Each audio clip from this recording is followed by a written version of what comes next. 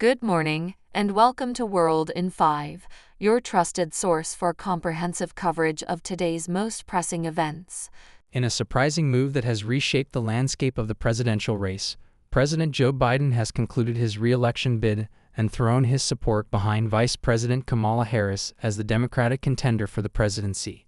Biden, 81, expressed in a written statement on Sunday that serving as president was the greatest honor, but stepping aside was in the best interest of my party and the country. Shall be reporting on this. This decision follows the turbulent phase in American politics, marked notably by Biden's uneven debate performance against Donald Trump on June 27. Despite ending his campaign, Biden will remain in office until January. Harris, 59, expressed her gratitude for Biden's endorsement, vowing to earn and win this nomination, and to unite the nation against Trump. "We have 107 days until Election Day," Harris declared. "Together, we will fight, and together, we will win." While Harris has garnered significant support from prominent party figures, her official nomination is expected to be confirmed at the Democratic National Convention in August.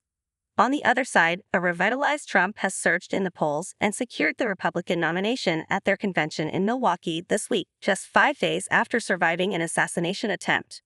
Back to you, John. Thanks for that update. Over the past week, Joe Biden's senior White House and campaign staff maintained that the president was committed to the 2024 race, despite increasing calls from within the Democratic Party for him to step aside.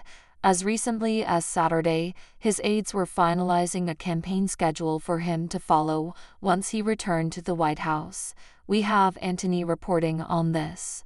Biden, who had been recovering from COVID at his beach house on Delaware's eastern shore, insisted he was still running, even as a coordinated effort by some Democrats to push him out became increasingly public. By Sunday morning, however, Biden had changed his mind. Sources, granted anonymity to speak candidly, revealed that on Saturday evening, the president began to reconsider his candidacy, facing one of the toughest decisions in his 50-year political career. He consulted with a small group of trusted aides, including Steve Ricchetti, a longtime advisor, Mike Donilon, his chief strategist, Annie Tomasini, his deputy chief of staff, and Anthony Bernal, the chief of staff to First Lady Jill Biden.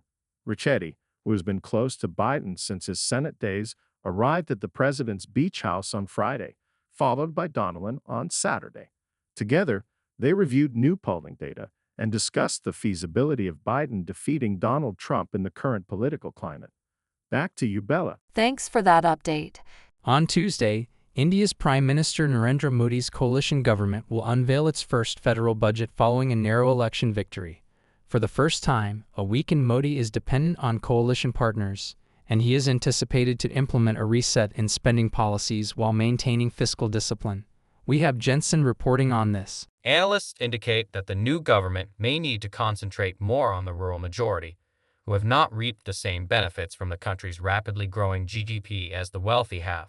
With this being Modi's third term, he is likely preoccupied with thoughts of cementing a lasting legacy which might tempt him to address economic prosperity for the masses, according to Rathan Roy, a former member of the Prime Minister's Economic Advisory Council. It is the one area where his legacy will say he has conspicuously failed in the past. Roy adds. Back to you, John. Thanks for that update. Bangladesh's top court has abolished most of the quotas for government jobs, a move that follows violent clashes across the country, which have resulted in over 100 deaths. Previously, a third of public sector jobs were reserved for relatives of veterans from the 1971 independence war from Pakistan. The court has now ruled that only 5% of these roles can be reserved for veterans' relatives. We have Alana reporting on this. Law Minister Anis Al-Houk announced that the government would implement the ruling within days, although some student leaders have vowed to continue their protests.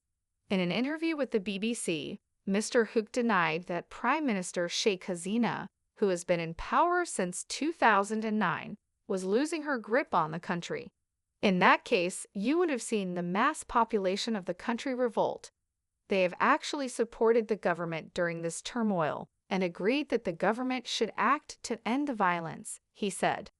Mr. Hook blamed opposition forces for joining the protests and damaging the symbols of Bangladesh's development.